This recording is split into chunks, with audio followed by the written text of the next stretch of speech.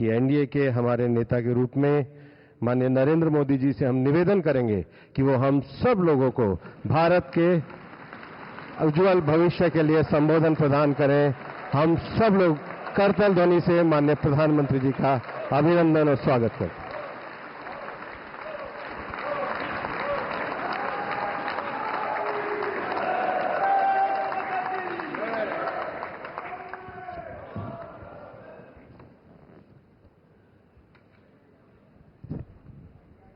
भारत माता की, भारत माता की।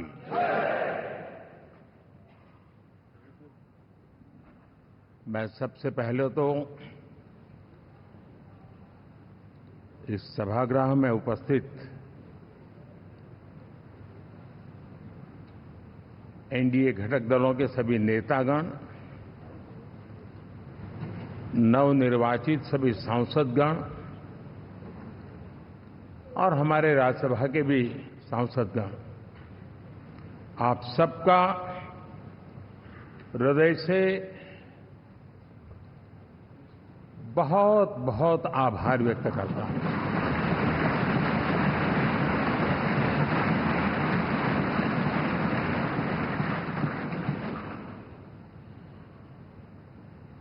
मेरे लिए खुशी की बात है कि इतने बड़े समूह को आज मुझे यहां स्वागत करने का अवसर मिला है।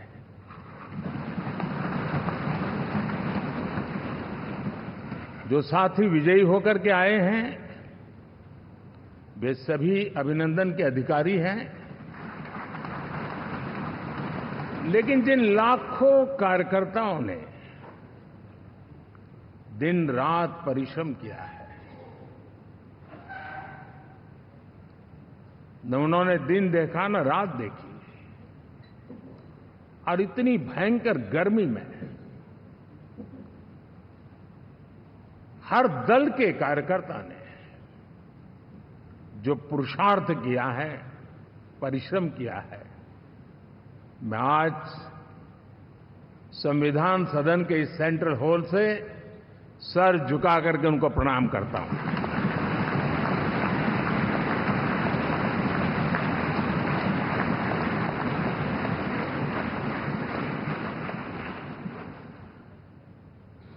साथियों, मेरा बहुत सौभाग्य है कि एनडीए के नेता के रूप में आप सब साथियों ने सर्वसम्मति से चुन करके मुझे एक नया दायित्व दिया है, और इसके लिए मैं आपका बहुत बहुत आभारी हूं।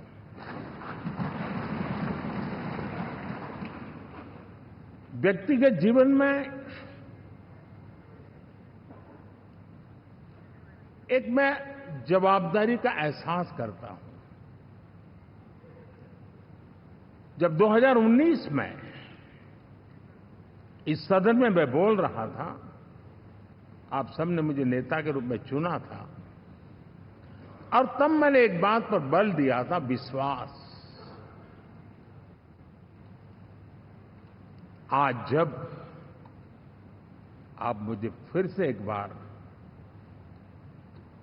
ये दायित्व देते हैं, इसका मतलब है कि हम दोनों के बीच, हम आपस में विश्वास का सेतु इतना मजबूत है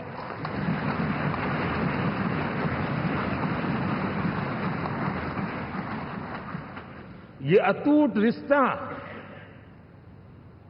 विश्वास की मजबूत धरातल पर है, और ये सबसे बड़ी पूंजी होता है।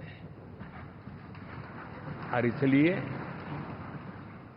ये पल मेरे लिए भावुक करने वाले भी हैं, और आप सबके प्रति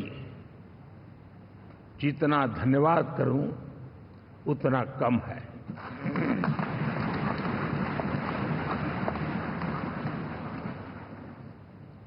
साथियों, बहुत कम लोग इन बातों की चर्चा करते हैं, शायद उनको सूट नहीं करता होगा,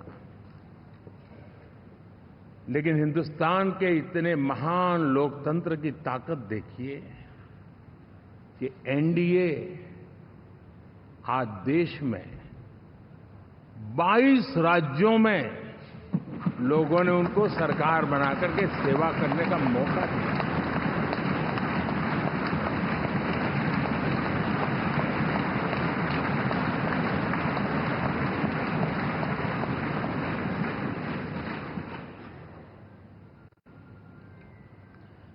हमारा ये अलायंस सच्चे अर्थ में भारत की असली जो स्पिरिट है, जो भारत का आत्मा है,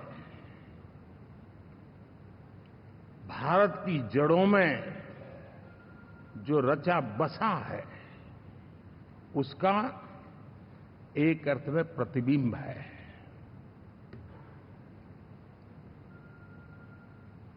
और मैं इसलिए कह रहा हूं कि थोड़ी नजर करें, हमारे देश में 10 ऐसे राज्य जहां हमारे आदिवासी बंधुओं की संख्या प्रभावी रूप से है, निर्णायक रूप से है, जहां इस आबादी आदिवासियों की ज्यादा है, ऐसे 10 राज्यों में से 7 राज्यों में एनडीए सेवा कर रहा है।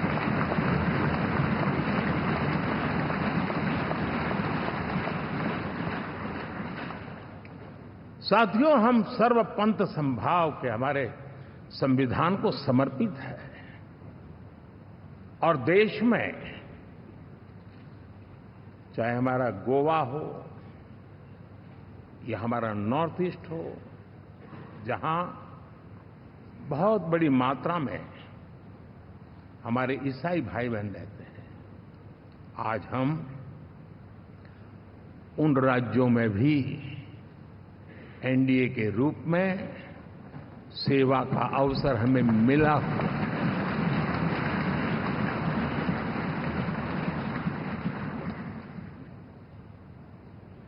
साथियों, प्री पोल अलायंस हिंदुस्तान के राजनीतिक इतिहास में और हिंदुस्तान की राजनीति में गठबंधन के इतिहास में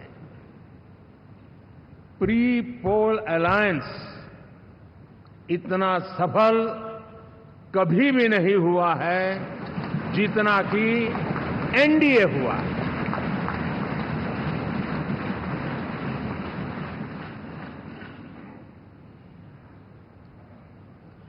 और ये गठबंधन का विजय, हमने बहुमत हासिल किया है और मैं कई बार कह चुका हूं, शब्द अलग होंगे लेकिन मेरे भाव उसमें एक सातत्य है। सरकार चलाने के लिए बहुमत आवश्यक है, लोकतंत्र का वही एक सिद्धांत है, लेकिन देश चलाने के लिए सर्वमत बहुत जरूरी होता है।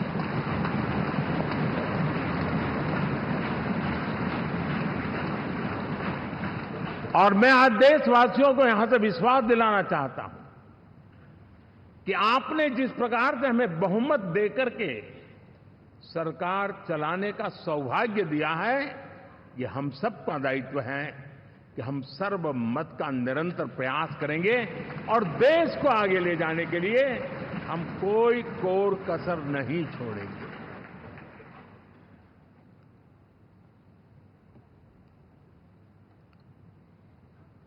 साथियों, एनडीए को करीब करीब 3 दशक हो चुके हैं। यानी आजादी के 75 साल में 3 दशक एनडीए, ये सामान्य घटना नहीं है जी। विविधता से भरे हुए अपनी लोकतांत्रिक और सामाजिक रचना के बीच में ये 3 दशक की यात्रा एक बहुत बड़ी मजबूती का संदेश देती है। और मैं आज बड़े गर्व के साथ कहता हूं कि किसी एक समय वो था कि संगठन के कार्यकर्ता के रूप में इस अलायंस का हिस्सा था, व्यवस्थाओं से जुड़ा रहता था, और आज सदन में बैठ करके आपके साथ काम करते करते मेरा भी नाता इससे 30 साल का रहा है। और मैं कह सकता हूं, हकीकतों के तथ्यों के आधार पर कह सकता हूं, ये सबसे सफल अलायंस है।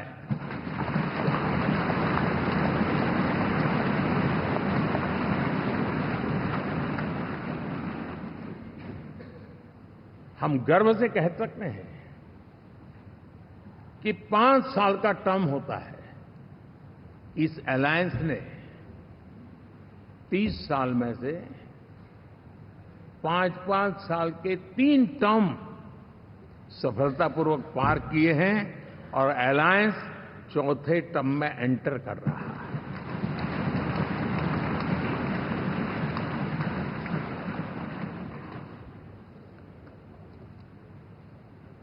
साथियों, इस बात को जो राजनीति के विशेषज्ञ हैं, अगर मुक्त मन से, मुक्त मन शब्द बहुत महत्व का है, वे सोचेंगे तो पाएंगे कि एनडीए ये सत्ता प्राप्त करने का या सरकार चलाने का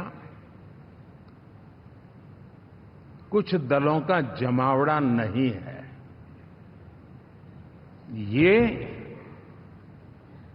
राष्ट्र प्रथम की मूल भावना से, नेशन फर्स्ट के प्रति कमिटेड, वैसा ये समूह है। और 30 साल का लंबा कालखंड शुरू में शायद असेंबल हुआ होगा, लेकिन आज मैं कह सकता हूं कि भारत के राजनीतिक व्यवस्था में एक ऑर्गेनिक अलायंस है।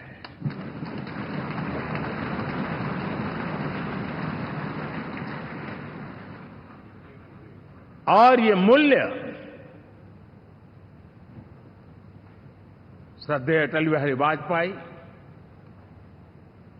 श्री प्रकाश सिंह जी बादल,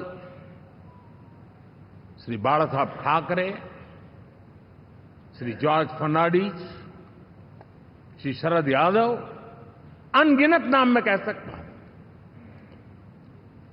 इन लोगों ने जिस बीज को बोया था, वो आज भारत की जनता ने विश्वास का सिंचन कर करके उस बीज को वटवृक्ष बना दिया है।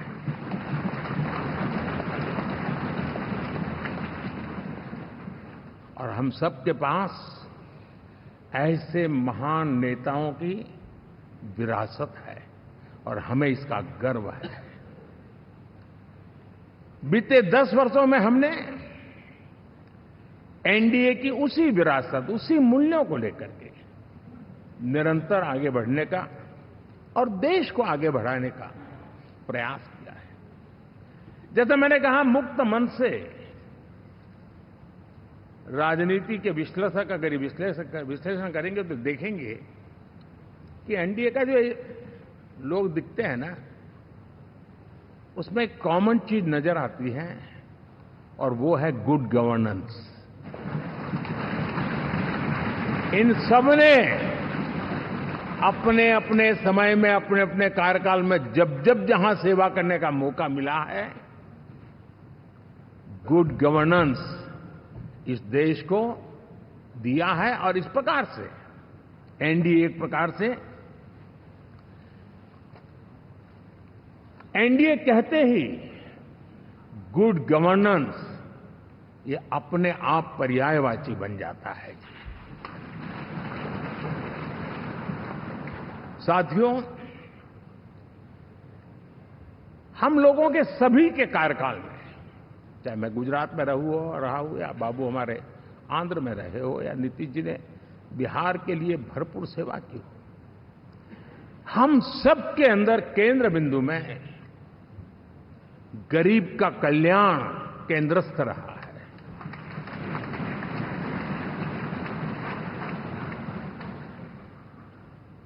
और देश ने एनडीए के गरीब कल्याण के, गुड गवर्नेंस के 10 साल को देखा है। इतना नहीं, मैं कह सकता हूं देश ने इसे जिया है।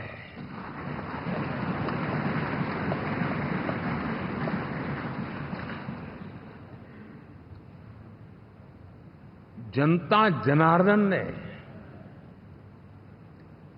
सरकार क्या होती है, सरकार क्यों होती है, सरकार किसके लिए होती है, सरकार कैसे काम करती है, इसको पहली बार अनुभव किया है। वरना जनता और सरकारों के बीच में एक खाई की व्यवस्था ही बनी हुई थी। हमने उसको पाठ दिया है। हमने सबका प्रयास का मंत्र देश को नई ऊंचाई पर ले जाने के लिए चरितार्थ करके देखा है। साथियों, एनडीए सरकार में हम अगले 10 साल में, मैं बहुत जिम्मेवारी के साथ कह रहा हूं, अगले 10 साल में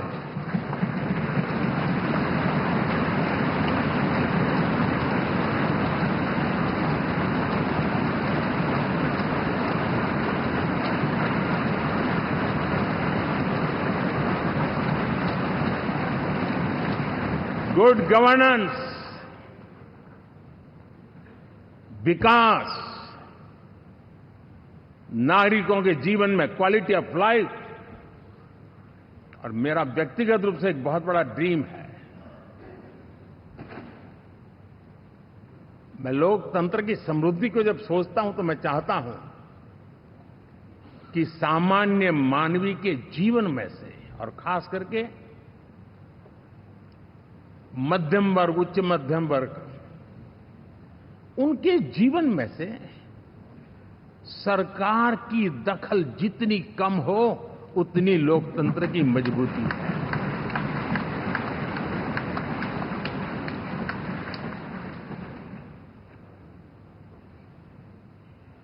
और आज के टेक्नोलॉजी के युग में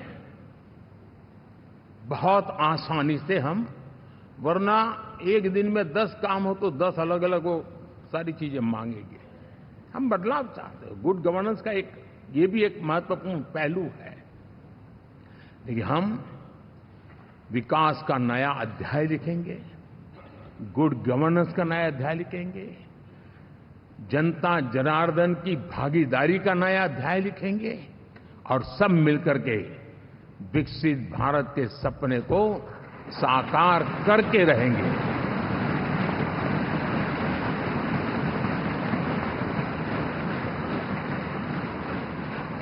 साथियों, एनडीए में, और मैं अगर विस्तार से कहूं तो सदन में किसी भी दल का कोई भी जनप्रतिनिधि होगा, मेरे लिए सब बराबर है।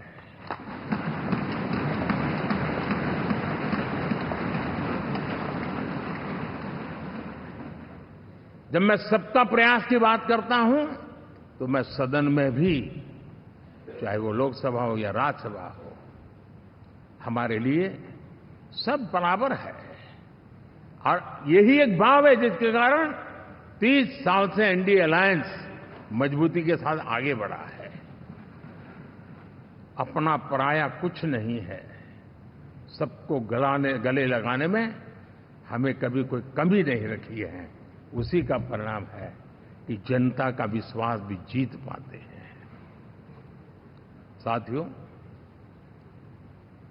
हमने 2024 में जिस टीम भावना से काम किया है और ग्रास रूट लेवल पे किया है, सिर्फ फोटो ऑप करना, नेता मिलकर के हाथ हिलाएं और फिर तुम्हारे रास्ते में मेरे रास्ते, ऐसा नहीं।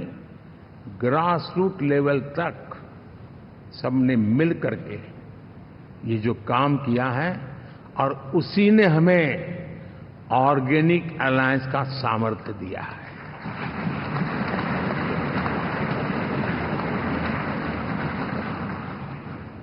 एक दूसरे का सहयोग किया है।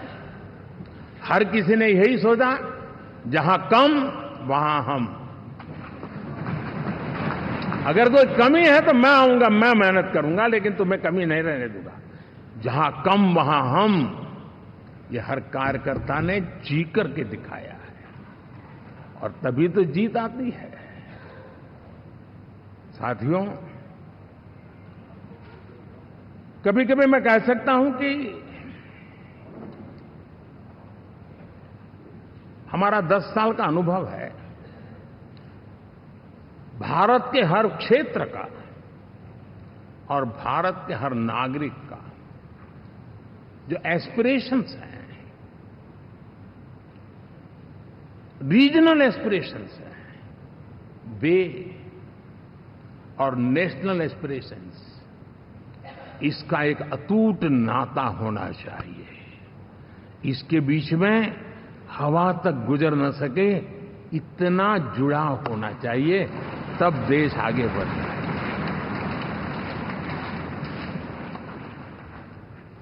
साथियों, इस चुनाव में मैं कुछ उल्लेख जरूर करना चाहूंगा जो मेरी नजरिए से मैंने देखा है। दक्षिण भारत में एनडीए ने एक नई राजनीति की नींव मजबूत की है।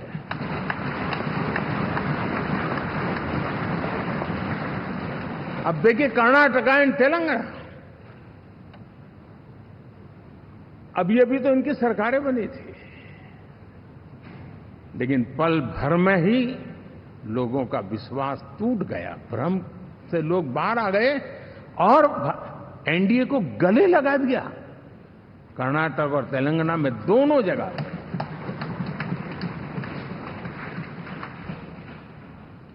साथियों, तमिलनाडु, मैं तमिलनाडु की टीम को भी बधाई देना चाहूंगा और वहां हमारा एनडीए समूह बहुत बड़ा भी है और कईयों को पता था कि हम एक साथ एक सीट नहीं लड़ा पाएंगे, लेकिन इस लड़ाई में हम साथ रहेंगे। और मैंने बहुत से एनडीए के साथी तमिलनाडु में ऐसे हैं कि जिनका कोई उम्मीदवार नहीं था, लेकिन इस झंडे को ऊंचा रखने के लिए वो जी जान से जुटे थे। और इसलिए आज तमिलनाडु में भले हम सीट नहीं जीत पाए, लेकिन जिस तेजी से एनडीए का वोट शेयर बढ़ा है, वो साफ साफ संदेश दे रहा है कल में क्या लिखा हुआ है।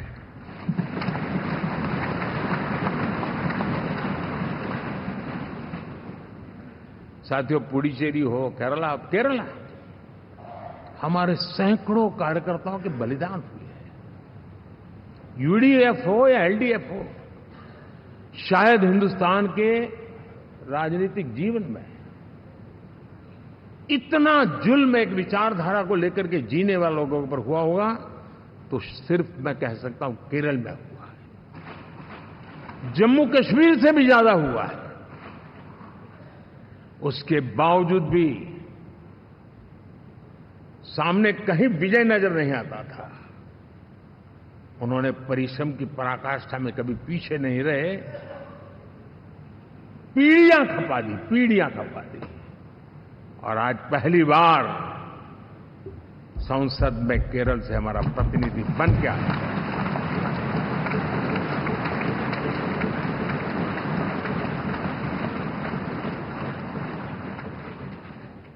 साथियों,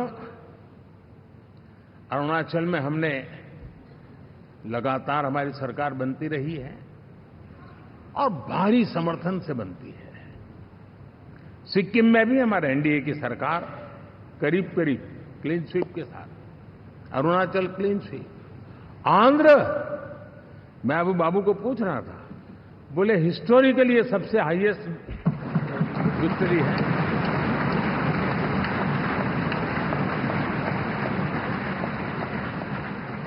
और ये जो यहां दिखता है ना पवन, ये पवन नहीं, आंधी है।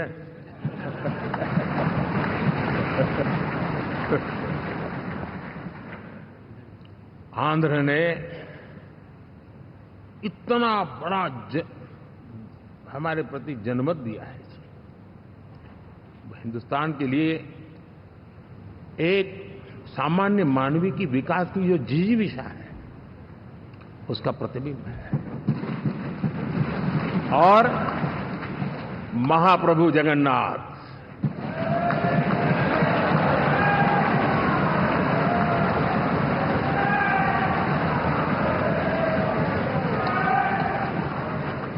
और मैंने अनुभव किया हमेशा, मैं हमेशा मानता हूं ईश्वर के अनेक रूप होते हैं, लेकिन जब मैं भगवान महाप्रभु जगन्नाथ जी को याद करता हूं तो मैं हमेशा मानता हूं ये गरीबों के देवता है।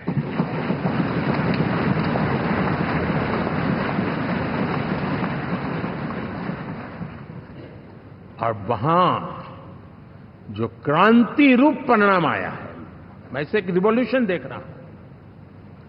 और मैं इसके साथ कह सकता हूं कि विकसित भारत का हमारा जो सपना है, आने वाले 25 वर्ष, पहले मैंने 10 साल कहा था, यहां मैं 25 साल कह रहा हूं, आने वाले 25 साल महाप्रभु जगन्नाथ जी की कृपा से उड़ीसा देश की विकास यात्रा के ग्रोथ इंजन पैकी एक होगा।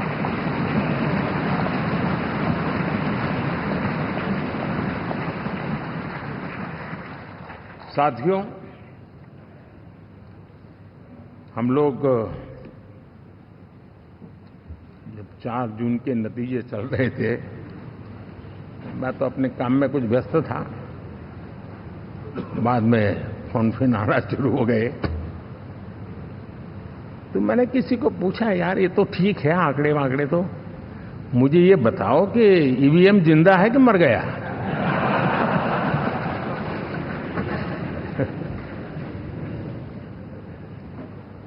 क्योंकि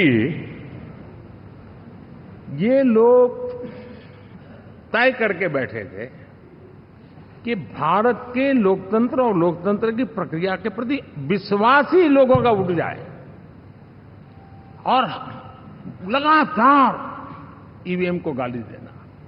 और मुझे तो लगता था कि शायद इस बार वो ईवीएम की अर्थी का जुलूस निकालेंगे, लेकिन 4 जून शाम आते आते उनको ताले लग गए, ईवीएम ने उनको चुप कर दिया। ये ताकत है भारत के लोकतंत्र की, ये ताकत है भारत की निष्पक्षता की, ये भारत की ताकत है भारत के चुनावी तंत्र की, चुनाव आयोग की। और मैं मानता हूं कि ये आशा करता हूं कि 5 साल तो अब ईवीएम शायद मुझे नहीं सुनाई देगा, लेकिन जब 29 में हम जाएंगे तो फिर से शायद ईवीएम को लेकर के नाचने की शुरुआत करेंगे, क्योंकि इनके सुधरने की संभावना बहुत कम है। आप देखिए, चुनाव के समय मैंने पहली बार देखा, शायद हर तीसरे दिन इलेक्शन कमीशन के काम में रुकावट आए, इसके लिए सुप्रीम कोर्ट के दरवाजे खटखटाए गए, भांति भांति की एप्लीकेशन, और एक ही टोली थी। और लोकतंत्र के प्रति जिनका भरोभार अविश्वास, ऐसे लोग सुप्रीम कोर्ट का उपयोग करते हुए कैसे रुकावट डाले, इसका निरंतर प्रयास करते रहे। और चुनाव आयोग की ताकत का एक बड़ा हिस्सा अदालतों में, इस पीक अवर्स में, चुनाव के पीक अवर्स में, यानी कितनी निराशा लेकर के ये लोग मैदान में आए थे कि उन्होंने पूरा हमला उसी इंस्टीट्यूट पे लगा दो ताकि चुनाव के कोई भी परिणाम आए हम दुनिया के सामने भारत को भी बदनाम कर लें, ये षड्यंत्र का हिस्सा था दोस्तों, और कभी भी देश उनको माफ नहीं करेगा। साथियों, इंडी गठबंधन वाले जब ईवीएम का विरोध करते हैं तो मैं सिर्फ एक चुनाव के रूप में नहीं देख रहा। मैं मानता हूं ये लोग मन से पिछली शताब्दी के सोच वाले लोग हैं। वे टेक्नोलॉजी को हम महत्व न समझते हैं, न टेक्नोलॉजी स्वीकार करने को तैयार है। और ये सिर्फ ईवीएम में दिखाई दिया ऐसा नहीं, यूपीआई में दिखाया।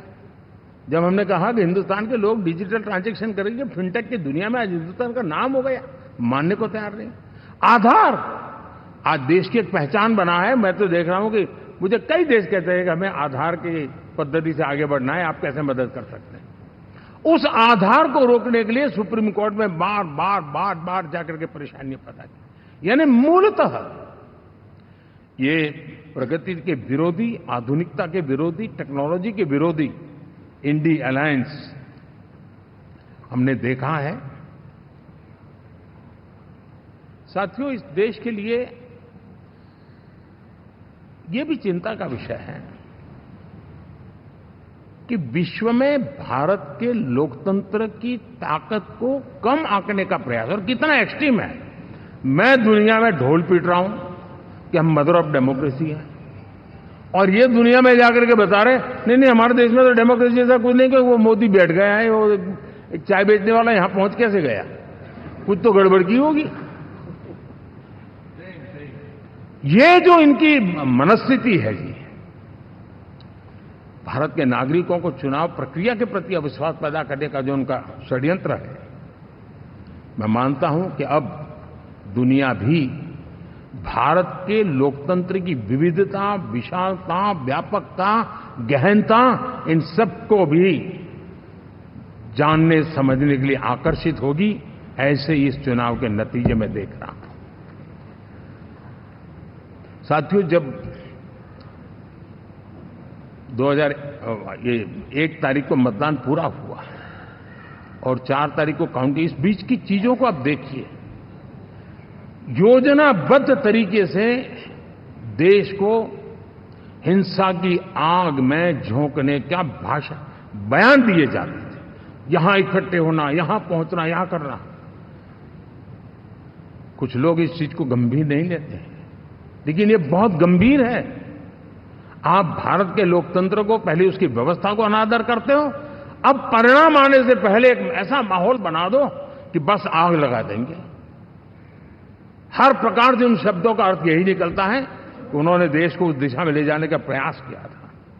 लगातार देश को गुमराह करने का प्रयास किया गया, देश के लोगों को बांटने का प्रयास किया। अरे, चुनाव एक ऐसा लोकोत्सव होता है कि ज्यादा से ज्यादा लोगों को हम जोड़े, तोड़ने के लिए नहीं होता है। लेकिन हर प्रकार से कोशिश यही की गई। साथियों, मैं मानता हूं कि 2024 के लोकसभा के चुनाव के जो नतीजे हैं, हर पैरामीटर से देखेंगे, दुनिया ये मानती है और मानेगी कि ये एनडीए का महाविजय है।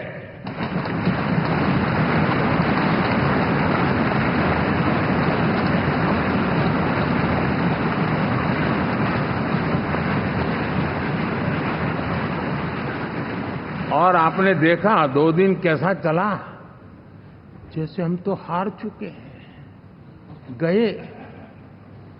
सब चारों तरफ यही दिखता था, क्योंकि उनको अपने कार्यकर्ताओं का मोरल हाई करने के लिए ऐसे काल्पनिक परेड ये करने पड़ रहे हैं। और साथियों, गठबंधन के इतिहास में अगर आंकड़ों के हिसाब से देखें तो ये सबसे मजबूत गठबंधन की सरकार है।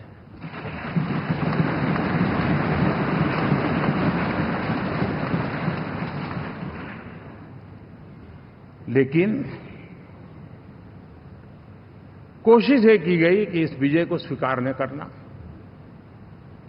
उसको पराजय के छाया में ही डुबो के रखना, लेकिन उसकी ऐसी चीजों की बाल मृत्यु हो जाती है और हो भी गई। लेकिन देशवासी जानते हैं कि न हम हारे थे न हम हारे हैं।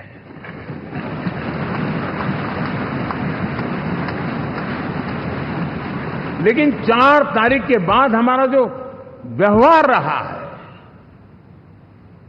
वो हमारी वो पहचान बताता है कि हम विजय को पचाना जानते हैं।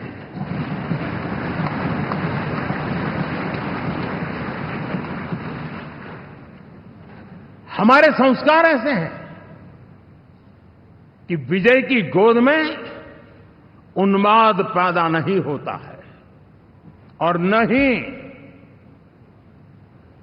पराजित लोगों के प्रति उपहास करने के हमारे संस्कार हैं। हम विजय को भी पचाते हैं और पराजित का भी उपहास करने की विकृति हम नहीं पालते। ये हमारे संस्कार हैं।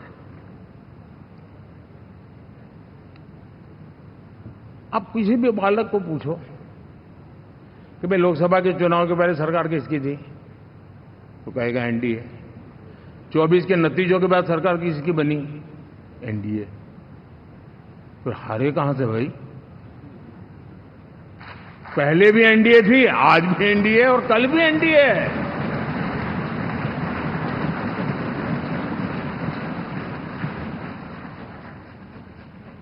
आप सोचिए 10 साल बाद भी कांग्रेस 100 के आंकड़े को नहीं छू पाई।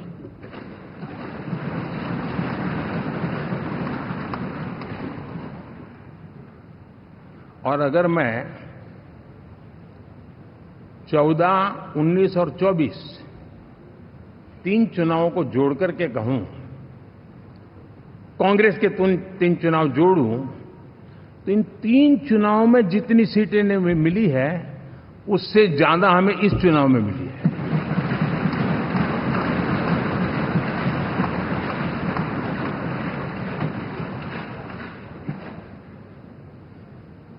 और मैं साफ देख रहा हूं साथियों, एनडीए वालों को अंदाज नहीं है। वे धीरे धीरे पहले तो डूब रहे थे, अब तेज गति से ये गर्त में जाने वाले हैं।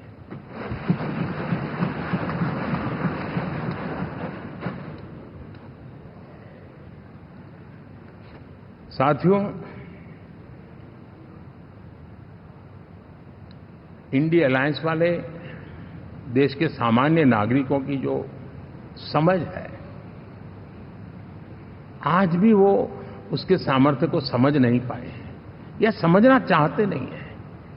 भारत के सामान्य व्यक्ति की भी एक समझ है और जो जमीन से जुड़ा रहता है ना, वो समझ को छूता है, समझता है, पहचानता है, वो वहां नहीं है। साथियों, इन लोगों का जो व्यवहार रहा है 4 तारीख के बाद, मैं आशा करता था कि वे लोकतंत्र का सम्मान करेंगे, लेकिन उनके व्यवहार से लगता है कि शायद उनमें ये संस्कार आए, इसके लिए हमें और इंतजार करना पड़ेगा। और तो मैं ज्यादा कुछ कह नहीं सकता। और ये वो लोग हैं जो खुद की पार्टी के पीएम का अपमान करते हैं, उसके निर्णयों को फाड़ देते थे। खुद की पार्टी को विदेशी मेहमान आ जाए तो उसके लिए चेयर नहीं होती थी। ये सारे दृश्य आपने देखे हैं। ठीक, और मैं समझता हूं कि इन सारी स्थितियों में से हम लोकतंत्र की मजबूती और जनता जनार्दन के प्रति आस्था, इसको हम, साथियों, लोकतंत्र हमें सबका सम्मान करना सिखाती है। विपक्ष में भी जो सांसद जीत करके आए हैं, मैं उनको भी बधाई देता हूं।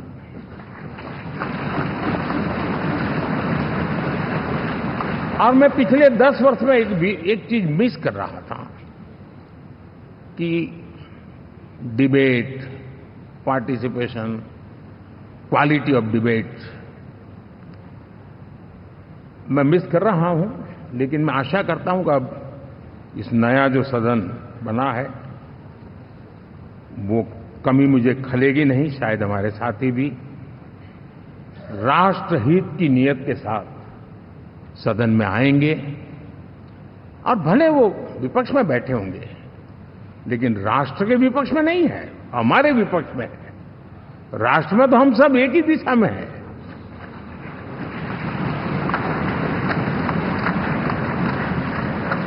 राष्ट्र में हमारा कोई पक्ष विपक्ष नहीं है। राष्ट्र में तो हम 140 करोड़ है और मैं आशा करता हूं कि वो राष्ट्र हित की भावना को लेकर के सदन में आएंगे और सदन को समृद्धि देने में वे कुछ न कुछ योगदान करेंगे। साथियों, 24 का जनादेश एक बात को बार बार मजबूती दे रहा है, बार बार मजबूती दे रहा है कि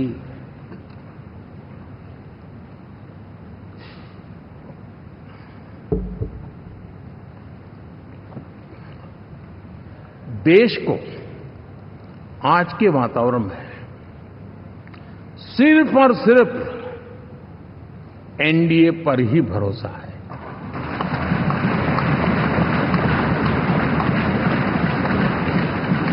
और जब इतना अटूट विश्वास है, इतना भरोसा है, तो स्वाभाविक है देश की अपेक्षाएं भी बढ़ेगी और मैं इसे अच्छा मानता हूं और हम सबका कर्तव्य भी मानता हूं। और इन अपेक्षाओं को पूर्ण करने के लिए, और मैंने पहले भी कहा था कि जो 10 वर्ष हमने काम किया है वो तो ट्रेलर है।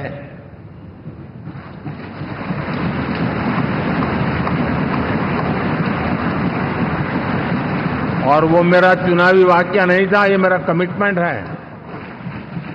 हमें और तेजी से, और विस्तार से, और तेज गति से देश के आकांक्षाओं को पूर्ण करने में रत्ती भर भी विलंब नहीं करना है।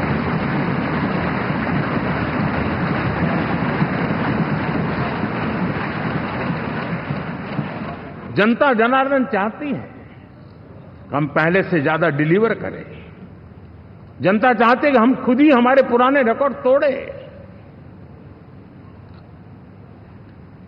और मैं साथियों एक तरफ एनडीए रखूं, दूसरी तरफ भारत के लोगों के सपने और संकल्पों को रखूं, तो मैं कहूंगा NDA, new India, develop India, aspirational India.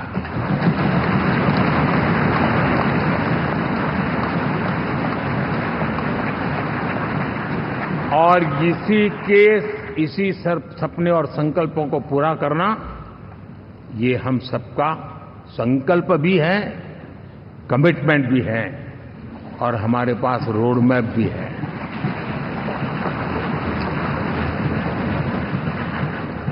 साथियों, एनडीए ने हमेशा करप्शन फ्री, रिफॉर्म ओरिएंटेड, स्थिर सरकार देश को दी है। जब जब हमें अवसर मिला हम लोगों ने काम किया है। उसके सामने कांग्रेस नेतृत्व वाली यूपीए, अब उन्होंने पुरानी अपनी छवि सुधारने के लिए नाम बदल दिया, लेकिन पहचान घोटालों की है। आए दिन घोटाले, यही पहचान रही है।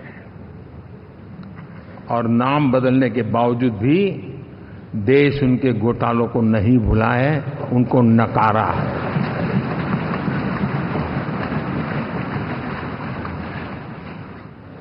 और मैं कह सकता हूं साथियों, इंडी अलायंस वालों ने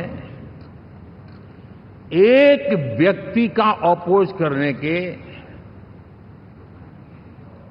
वन पॉइंट एजेंडा के कारण देश की जनता ने उनको ही ऑपोजिशन में बिठा दिया है।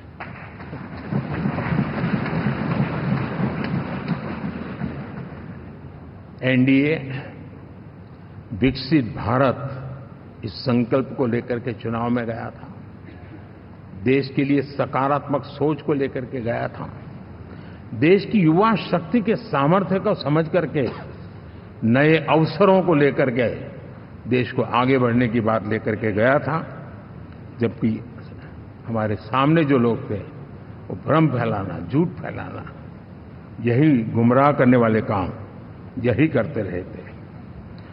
अब एनडीए और उनका देखें, इवन नामांकन में जाएंगे तो भी आपको देखेगा उनका चुनाव प्रचार, उनका नामांकन, हम लोगों का एक एक दृश्य देख लीजिए और उनका एक एक दृश्य देखिए, कितना बड़ा अंतर है। हर चीज में उनका कैरेक्टर दिखाई देता है। और क्या रहा, फोटो ऑप के लिए तो उन्होंने अलायंस घोषित कर दिया, लेकिन कितने ही राज्यों में वो आपस में लड़ते रहे हैं, चुनावी जंग में एक दूसरे की पीठ में छुरा भोंकते रहे हैं। कभी उन्होंने कहा कि ये तो हमारा वैचारिक अलायंस है, वो विचार लेवल पर ठीक है, बाकी नीचे तो हमारा अपना हम तैयार करेंगे। और अब फिर उन्होंने कहा कि भाई हम तो सीट के आधार पर अलायंस करेंगे, टोटल न भी करें, ये भी खेल खेला। और अभी अभी तो चुनाव पूरा शुरू कर दिया कि ये तो हमारा अलायंस लोकसभा के चुनाव के लिए ही था, बाद में नहीं है, ये भी शुरू कर दिया। यानी मैंने बहुत पहले कहा था कि आप देख लेना 4 जून के बाद बिखराव शुरू हो जाएगा, और वो शुरू हो चुका है। इसका मतलब ये हुआ कि वो सिर्फ और सिर्फ सत्ता सुख के लिए एक दूसरे का साथ देने की कोशिश करते थे, लेकिन उनमें उनका अगर स्वार्थ निश्चित होता तो साथ देना, वरना नहीं देना, ये कैरेक्टर था। साथियों, ये लोग कितने ही बड़े झूठे बोलते रहे हैं। और आप देखिए, चुनाव के समय उन्होंने देश के सामान्य नागरिक को गुमराह करने के लिए जो पर्चियां बांटी कि ये देंगे और वो देंगे और टिकना देंगे, फलाना देंगे, 2 दिन से मैं देख रहा हूं कि कांग्रेस के दफ्तरों पर लोग कतार लगा के खड़े हैं कि ये पर्ची है, 1 लाख रुपया कहां है, लाओ भाई, मांग रहे हैं लोग। यानी आपने जनता जनार्दन की आंखों में कैसा उनको भ्रमित किया, कैसी आंख में धूल झोंक दी कि वो बेचारा सामान्य नागरिक मान के चलता था, हाँ भाई 4 जून के बाद रुपया मिल जाएगा, इसलिए वो जाके खड़ा रह गया। और अब उसको धक्का मारा जा रहा है, डंडे मारे जा रहे हैं, वहां से निकाला जा रहा है। अब इस प्रकार का चुनाव ये अपने आप में देश के गरीबों का अपमान है, हमारे देश के सामान्य नागरिकों का अपमान है। और कभी भी देश ऐसी हरकतों को न भूलता है, न ही कभी माफ किए बिना माफ कभी करता है।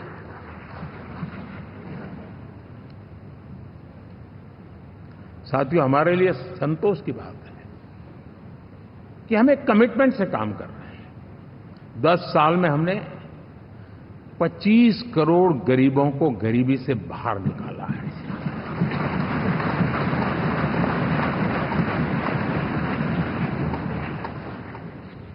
गरीब कल्याण का एक सुरक्षित मजबूत कवच दिया है हमने उसको, और उसके अंदर भी एक नए एस्पिरेशंस पैदा हुए हैं कि हां, अब मुझे गरीब नहीं रहना है, और उसके लिए मुझसे जो हो सके मैं हर अवसर का फायदा उठाऊंगा। 3 करोड़ गरीबों को घर, ये ऐसे कहने का आंकड़ा नहीं है जी, कितनी मेहनत पड़ती है मुझे मालूम है, लेकिन हम सफलतापूर्वक इसको कर पाए हैं। 4 करोड़ लोगों को दे चुके हैं, 3 करोड़ का हम संकल्प लेकर के आज से आगे बढ़ेंगे। यानी ये भी हिम्मत है कि 4 करोड़ देने के बाद जिन परिवारों का विस्तार हुआ है, जरूरत पड़ी है, और राज्यों की भी उसमें इच्छा है, 3 करोड़ नए घर बनाने का संकल्प।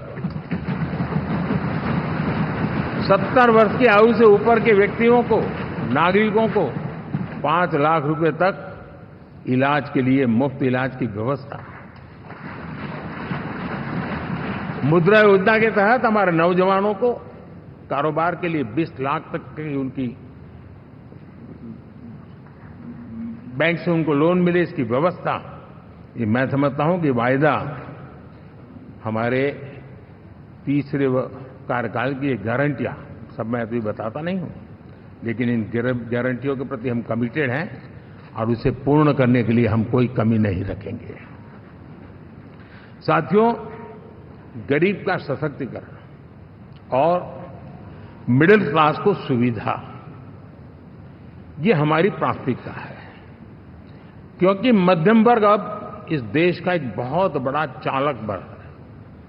भारत की ग्रोथ स्टोरी में ये ऐसे ऐसे नए फोर्सेस मैं देख रहा हूं जो हमारी बहुत बड़ी शक्ति बनने वाले हैं, और इसलिए हम उस पर भी उतना ही, और मिडिल क्लास की बचत कैसे बढ़े, सेविंग कैसे बने, उसके लिए, उसके क्वालिटी ऑफ लाइफ के लिए हम क्या कर सकते हैं, हमारी योजनाओं का विस्तार कैसे किया जाए, हमारे नीति नियमों में बदलाव कैसे किया जाए, उस पर भी हम आने वाले दिनों में काम चाहते हैं।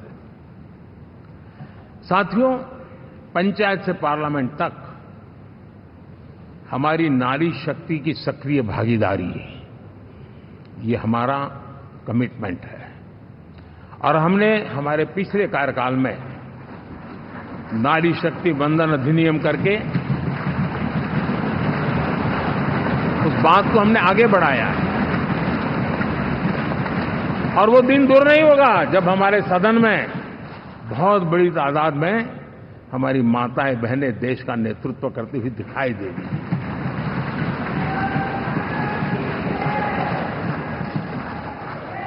इस पूरे चुनाव में हम सबसे ज्यादा महिला उम्मीदवारों को टिकट देने वाली पार्टी रहे हैं, ये हमारा कमिटमेंट है।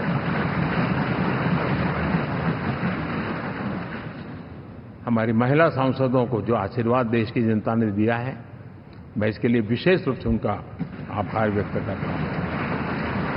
और साथियों, आपने देखा होगा G20 समिट में दुनिया के सामने एक विषय लेकर के हम बड़े आग्रह से गए हैं, और वो है empowerment of women, development of women. इन सारी बातों को तो हम परिचित हैं। हमने एक नया शिफ्ट किया है और हम G20 समिट से भी इसको आगे बढ़ा रहे हैं, विमेन लेड डेवलपमेंट।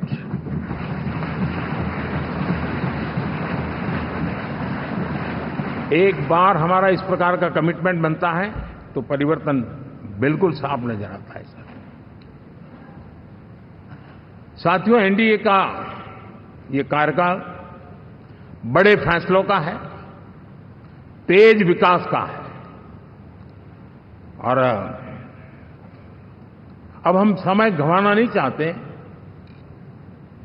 कि हम 5 नंबर की इकोनॉमी से 3 नंबर की इकोनॉमी पर पहुंचना है।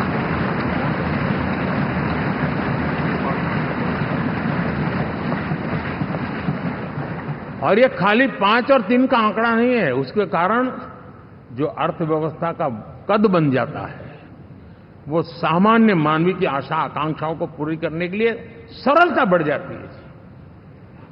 देश के लिए जो जरूरतें हैं वो आराम से पूरी करने का सामर्थ्य बन जाता है, और इसलिए हम उस दिशा में बड़ी कोशिश करके आगे बढ़ना चाहते हैं। राज्यों का सहयोग भी उसमें उतना ही महत्वपूर्ण है, और भारत के संविधान ने हमें जिस प्रकार का दिशा निर्देश किया है कोऑपरेटिव फेडरलिज्म का, लेकिन मैंने उसमें आग्रह रखा है कॉम्पिटिटिव कोऑपरेटिव फेडरलिज्म। हमारे राज्यों के बीच में भी तंदुरुस्त स्पर्धा हो, राज्य और केंद्र के बीच में भी तंदुरुस्त स्पर्धा हो, हम अच्छा करने की स्पर्धा करें, और उस दिशा में हम आगे बढ़ना चाहते हैं। और हमने देखा है कि जब मैं कॉम्पिटिटिव कोऑपरेटिव फेडरलिज्म की बात करता हूं, आपने देखा G20 समिट हम एक जगह पे कर सकते थे, हम भी मालाएं पहन करके फोटो निकलवा सकते थे, लेकिन हिंदुस्तान के अनेक शहरों में 200 से ज्यादा मीटिंगें हुई, और दुनिया भर के नीति निर्धारक जो कहे G20 देशों के और बाकी भी 5-7 देशों के, वो हिंदुस्तान के कोने कोने में गए, उनके देशों में जाकर के भारत की विविधता, भारत की विशालता, इसकी चर्चा कर रहे हैं। उनके लिए आश्चर्य है, हमने तो दिल्ली आकर के वापिस जाते थे, पता ही नहीं था कि देश इतना बड़ा है। ये अपनी एक ताकत का परिचय हुआ है।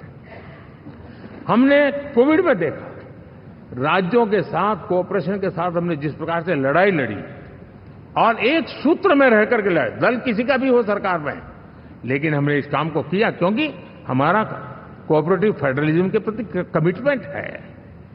एस्पिरेशनल डिस्ट्रिक्ट एक ऐसा मॉडल है गवर्नेंस का जिसमें राज्य भी उतना ही सक्रियता से हमारे साथ जुड़े हुए हैं, और दुनिया के लिए जो डेवलपिंग कंट्रीज हैं उनके लिए गवर्नेंस का एक ऐसा मॉडल प्रस्तुत हो रहा है जिसका अब तो केस स्टडी के रूप में दुनिया के अनेक यूनिवर्सिटी केस स्टडी करना शुरू की है। अब उसको हम आगे बढ़ाते हुए एस्पिरेशनल ब्लॉक की तरफ ले जा रहे हैं ताकि हमारे ग्रासरूट लेवल पे भी जो वीक एरियाज हैं, जहां सुविधाएं अभी सामान्य एवरेज से भी नीचे हैं, उसको हम जल्दी से जल्दी उस स्टेट की एवरेज तक लाना चाहते हैं। देश का रीजन कोई भी क्षेत्र हो, सर्वांगीण विकास को लेकर के हम चले। साथियों, गत 10 वर्ष में इंफ्रास्ट्रक्चर के क्षेत्र में हमने एक बहुत बड़ा यानी सोचने में भी बदलाव लाए। जमीन पर तो लाए, वरना हमारे देश में सोचा चलेगा यार, अरे एक बार कर लो ना, उस सारे में से बदलाव नहीं। अब तो अच्छा ही चाहिए, बड़ा ही चाहिए, जल्दी से जल्दी पहुंचाने वाला चाहिए। सामान्य मानवीय के मन को हमने इस से प्रेरित भी किया है और पुरुषार्थ करके हमने उस दिशा में काम किया है। 5 साल में हमें गति शक्ति यानी इस प्रकार के प्लेटफॉर्म पर जो काम किया है, जो काम 6-6, 8-8 महीने तक नहीं होता था, वो आज 15-20 दिन में कर सकते हैं। सर, टेक्नोलॉजी का उपयोग करके हम काम कर रहे हैं, और ये जब होता है तो उसका मूल फायदा देश के नौजवानों के लिए रोजगार के अति अवसर बन जाते हैं। उनके लिए जीवन में सिलेक्शन के लिए बहुत बड़ा दायरा बढ़ जाता है, और वो हमें साथियों आज भारत दुनिया में विश्व के लिए एक नया मैन्युफैक्चरिंग हब के रूप में उभर रहा है। और जब हम मैन्युफैक्चरिंग हब कह रहे हैं तब सिर्फ इलेक्ट्रॉनिक गुड्स या सर्विसेज की मैं बात नहीं कर रहा हूं। मैं फूड प्रोसेसिंग में भी आज दुनिया में हम बहुत तेजी से आगे बढ़ रहे हैं, और वो भारत के किसानों को बहुत बड़ी ताकत देने वाला है। उसी प्रकार से स्पेस हो, आर्टिफिशियल इंटेलिजेंस हो, स्टार्टअप्स की बात हो, स्किल जॉब अपॉर्चुनिटीज की बात हो, आज भारत बहुत तेजी से आगे बढ़ेगा, बढ़ रहा है, ये मेरा विश्वास है। साथियों, मुद्रा योजना, ड्रोन दीदी, विश्वकर्मा योजना, इसने भी नई संभावनाओं को जन्म दिया है। साथियों, हमारी संस्कृति, हमारी विरासत, उसके प्रति हम जितना ध्यान केंद्रित करेंगे, दुनिया के लिए आकर्षण का केंद्र बनेगा, और इसलिए हम उन दिशा में, और मैं मानता हूं भारत के लिए टूरिज्म एक ऐसा एवेन्यू है जो गत शताब्दी में हमें कभी, आज से लेकर के पीछे के 100 साल में कहूं, ऐसा अवसर नहीं मिला है जैसा आने वाले 25 साल में मिलने वाला है। दुनिया भारत की तरफ मुड़ने वाली है। अब हमारा काम है हम इसके लिए आवश्यक व्यवस्थाओं को विकसित करें, हमारी विरासत के प्रति हम हमारा पर्यटन का विकास करते हुए एक विन विन सिचुएशन का हम फायदा उठाएं, और उसमें बहुत अधिक निवेश की संभावनाएं मैं देखता हूं। और ये ऐसा क्षेत्र है जिसमें हर स्तर के लोग कमाते हैं, गरीब से गरीब आदमी भी कमाता है और बड़ी बड़ी होटल वाला भी कमाता है, हर कोई इसमें कमाता है, और हमने टूरिज्म के हम बल देना चाहते हैं, बहुत पोटेंशियल है। आज जो इंफ्रास्ट्रक्चर के क्षेत्र खुले हैं, इसका फायदा इसको मिलता है। एयरवे हो, रेलवे हो, हमारे एक्सप्रेस वे हो, ये हमारा यातायात जितना बेहतर हो, और हमारा डिजिटल कनेक्टिविटी का जो काम है, ये इसके लिए एक बहुत बड़ा पॉजिटिव ग्राउंड तैयार कर रहा है, और जिसका फायदा मिलने वाला है। और जो वोकल फॉर लोकल और रीजनल टूरिज्म, इसको एक बल देने का काम है। साथियों, अब दुनिया एक नए युग में प्रवेश रही है। जिस समय औद्योगिक क्रांति हुई, उस समय हम गुलामी के दौर से गुजर रहे थे, तो औद्योगिक क्रांति का जितना फायदा लेना चाहिए हम नहीं ले पाए। अब एक नया युग शुरू हो रहा है, हरित युग, ग्रीन एरा। भारत के पास बहुत संभावनाएं हैं इसका नेतृत्व करने की, और हम इसके लिए आने वाले दिनों में ग्रीन हाइड्रोजन की बात हो, ग्रीन एनर्जी हो, या ग्रीन जॉब्स हो, या ग्रीन मोबिलिटी हो, इन सारे विषयों को हम इतनी तेजी से आगे बढ़ाना चाहते हैं ताकि इस हरित युग का नेतृत्व दुनिया में भारत का सामर्थ्य सिद्ध कर दें, ये हम चाहते हैं। साथियों, इसी सिलसिले में इस 5 जून को जब पर्यावरण दिवस था, 4 जून को नतीजे आ गए थे, तो उसी दिन मेरे मन में एक विचार आया कि कार्यक्रम 5 जून को हमने आरंभ किया, एक पेड़ मां के नाम। हर किसी को मां के प्रति श्रद्धा होती है,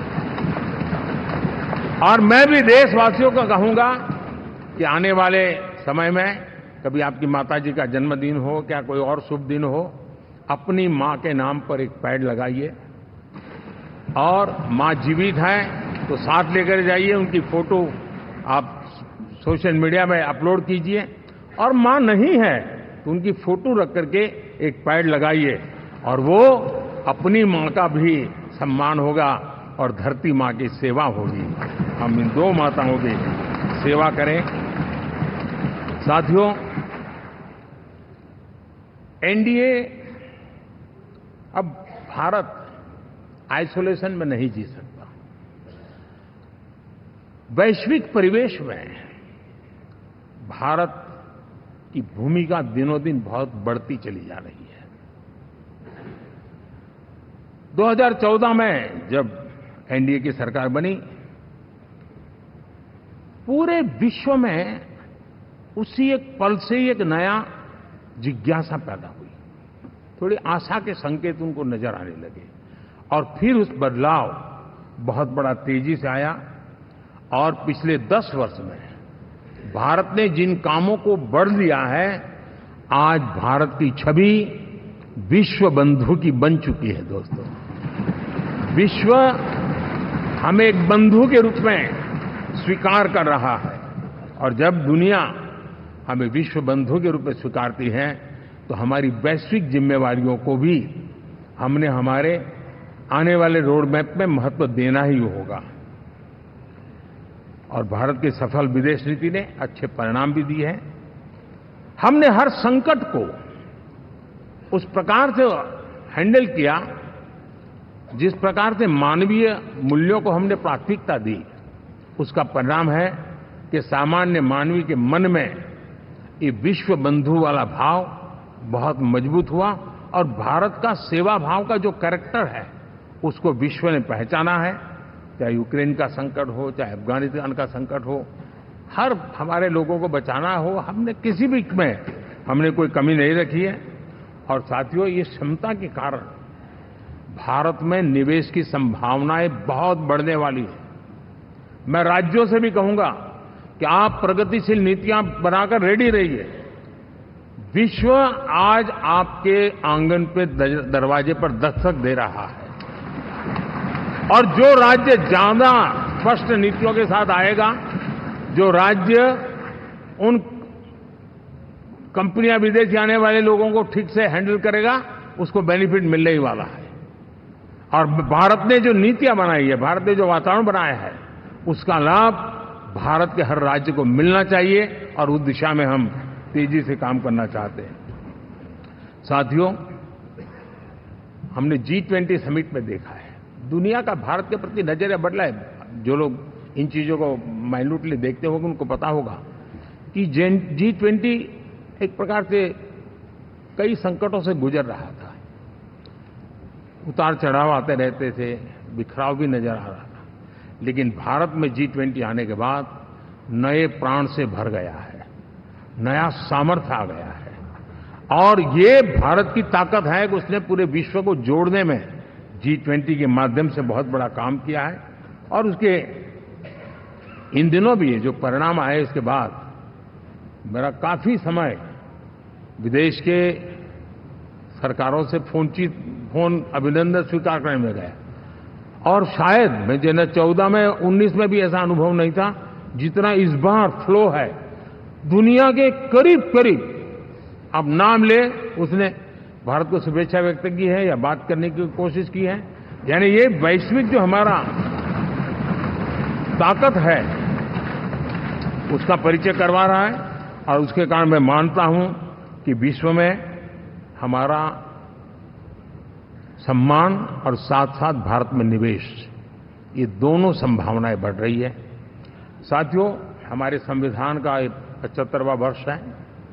हम चाहते हैं कि संविधान हमारी संवैधानिक संस्थाओं का संरक्षण भर इसके मात्र के लिए है, ऐसा नहीं, कोई अदालत में धाराओं का उपयोग करके काम करने के लिए नहीं है। ये एक हमारी भावना है, हमारा स्पिरिट है, और हमें इस 75 साल को ऐसे मनाना है ताकि हम संविधान के स्पिरिट को जन जन तक पहुंचाएं।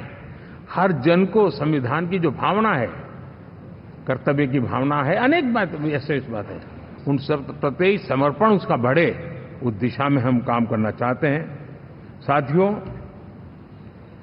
छत्रपति शिवाजी महाराज के राज्याभिषेक के 350 वर्ष के उत्सव में देश आज रंगा हुआ है, और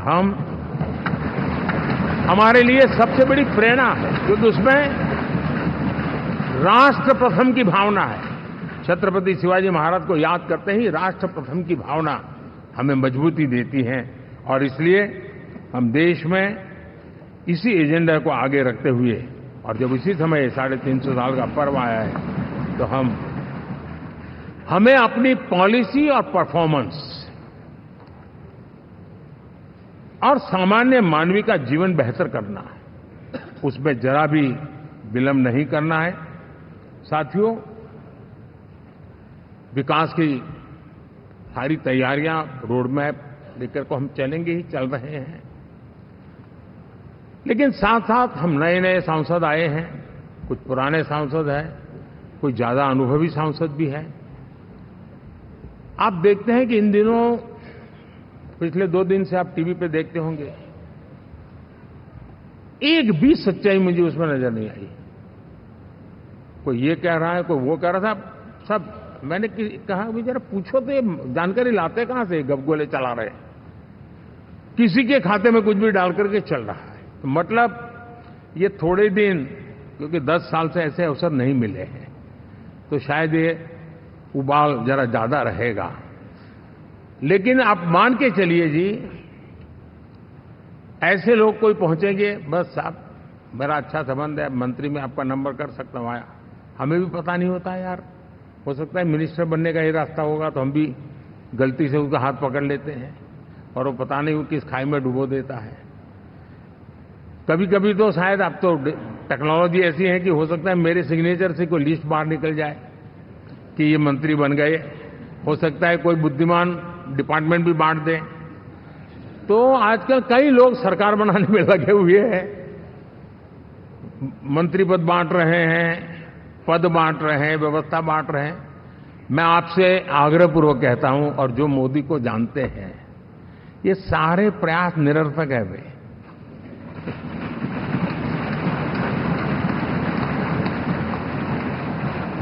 आप भी किसी का फोन आ जाए तो 10 बार वेरीफाई कीजिए कि जिसने फोन किया है वो सचमुच में अथॉरिटी है। अदरवाइज कोई भी कहे भाई आपका नाम हो गया है, सुबह परिवार को बुला लीजिए, शपथ समारोह में आना है, हो गया। तो ऐसी गपबाजी करने वाली एक बहुत बड़ी फौज रहती है। कुछ लोग आदतन करते रहते हैं, कुछ लोगों को मजाक आती है लेकर, और कुछ लोग बदइरादे से करते हैं। मेरा सभी सांसदों से आग्रह है कि हम इन सारे षड्यंत्रों का शिकार न बने। दूसरा, हमारे जो इंडिया अलायंस वालों ने इस चुनाव में फेक न्यूज में एक्सपर्टाइज कर लिया, डबल पीएचडी कर लिया उन्होंने, वो शायद इसका भरपूर उपयोग करेंगे। हम कृपा करके इन चीजों से दूर रहें, अफवाहों से दूर रहें। ये जो टीम बैठी है वो अनुभवी टीम है, मुझे भी सही सलाह देने वाली टीम है, और इसलिए टीम मिलकर के बहुत सही निर्णय करने वाली है। कृपा करके ब्रेकिंग न्यूज के आधार पर देश चलेगा नहीं, ये मान के चलिए।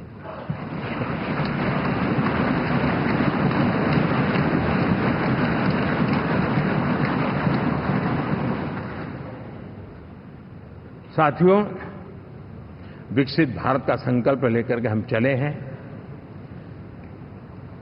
3 नंबर की इकोनॉमी पहुंचना मैं जानता हूं, निश्चित रोड मैप के साथ उसको हम पार करने वाले हैं। और मैंने पहले भी कहा था कि मेरा पल पल देश के नाम है। मेरा पल पल आप लोगों के नाम है। मैं 24/7 अवेलेबल हूं।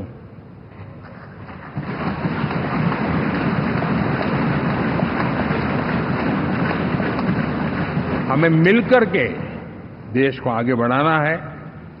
फिर से एक बार आप लोगों ने मुझ पर जो विश्वास जताया है, जो प्यार दिखाया है और जो समर्थन दिया है, वाकई मैं मानता हूं भारत के लोकतंत्र की एक बहुत बड़ी ताकत है।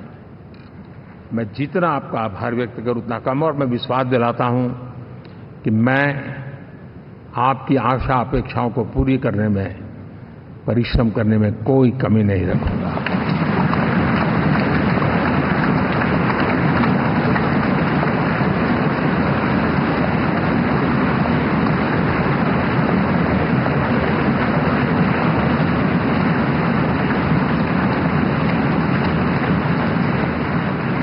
मेरे लिए जन्म सिर्फ और सिर्फ वन लाइफ वन मिशन, और वो है मेरी भारत माता। ये मिशन है 140 करोड़ देशवासियों के सपनों को पूरा करने के लिए खप जाना।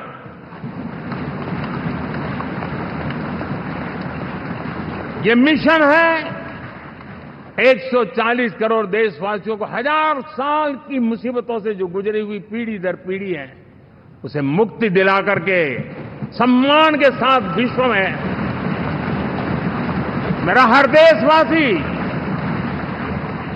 दुनिया उसे देखे तो उसका मन कर जाए, काश ये हिंदुस्तान का है, अरे नजर मिल जाए तो अच्छा होगा। ये मैं स्थिति पैदा करना चाहता हूं। उसका मन लालायित होना चाहिए, हिंदुस्तानी है, अरे यार जरा हाथ मिला लूं, कुछ एनर्जी मुझे भी आ जाए। मैं देश को इस ऊंचाई पे ले जाना चाहता हूं। और साथियों, मुझे पक्का विश्वास है आपका साथ, आपका सहयोग, आपका अनुभव बहुत बड़े परिणामों की संभावनाएं लेकर के आया है। लोकसभा का ये गठन उन सभी आकांक्षाओं को पूरा करेगा। मैं फिर एक बार आप सबका हृदय से बहुत बहुत धन्यवाद करता हूं।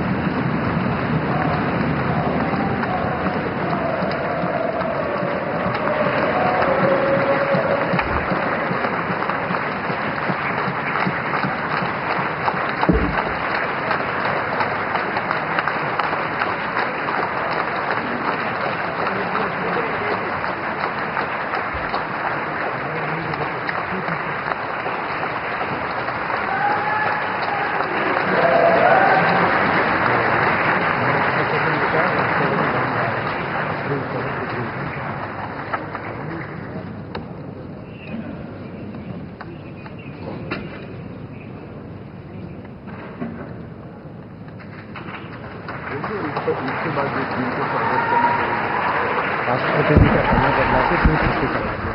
जो एनडीए के साथी स्वागत करना चाहते हैं वो आगे आ सकते हैं, और बाकी भी जो फिर पार्टी के वरिष्ठ नेता भी स्वागत करना चाहते हैं वो आगे आ सकते हैं। एनडीए के वरिष्ठ नेता राष्ट्रपति भवन की ओर भी इसके बाद जाएंगे। तो एनडीए के साथी तमिलनाडु देवनाथ, हाँ जाओ जाओ।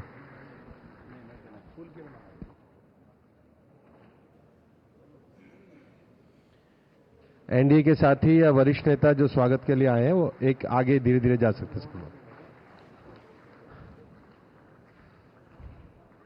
तो एनडीए संसदीय दल की बैठक में ऐतिहासिक निर्णय, ये ऐतिहासिक बैठक है और प्रधानमंत्री के तौर पर चुना गया है, एनडीए संसदीय दल का नेता चुना गया है प्रधानमंत्री नरेंद्र मोदी को। तो एक बार फिर से तीसरी बार लगातार देश की बागडोर संभालने जा रहे हैं नरेंद्र मोदी, और ये ऐतिहासिक पल है जब सभी